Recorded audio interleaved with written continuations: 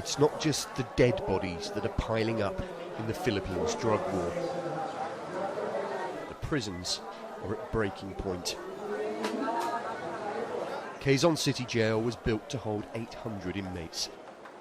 There are nearly 3,000 here today. The facility has refused new arrivals since overcrowding peaked in August, but that's a temporary reprieve, and the staff fear they may soon be forced to accept more. That would be a big problem for us, because they will get sick. They don't have enough space to sleep. They don't have enough area wherein they can move. Because most of the inmates here, they're not visited by their families, so they just have to be contented with what is provided by the government, which is not enough.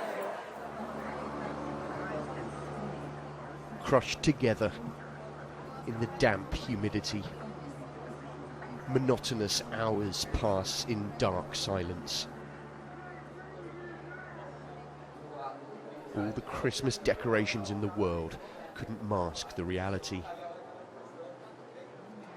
And there's one striking fact you really have to know. Nobody you see here has been convicted. Every single person is awaiting trial, presumed innocent, but facing a court backlog that could last years.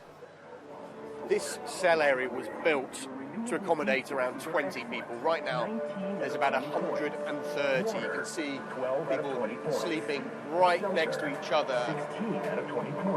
It's having big impacts, health impacts. Skin diseases are spreading. They even had a cholera outbreak just the other week. You can see it just carries on and carries on. People sitting on the steps. We're told that they sleep on these steps as well. These two young detainees were both arrested on drug offences. Both have lost family members in the killings. And yet even here, amongst all of this, they support President Duterte. I like him. I actually voted for him. I didn't want to go against him. There are many people getting into bad situations because of drugs. Drugs control your mind. That's why I think Duterte's policy is good. But there's a catch. One we've heard again and again. What I'm worried about is the killings. They need to stop the drugs, not kill the people.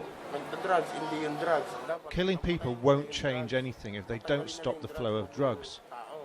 When I watch the news, it's normally the small-time dealers and users getting targeted, not the drug lords. It's always the small people.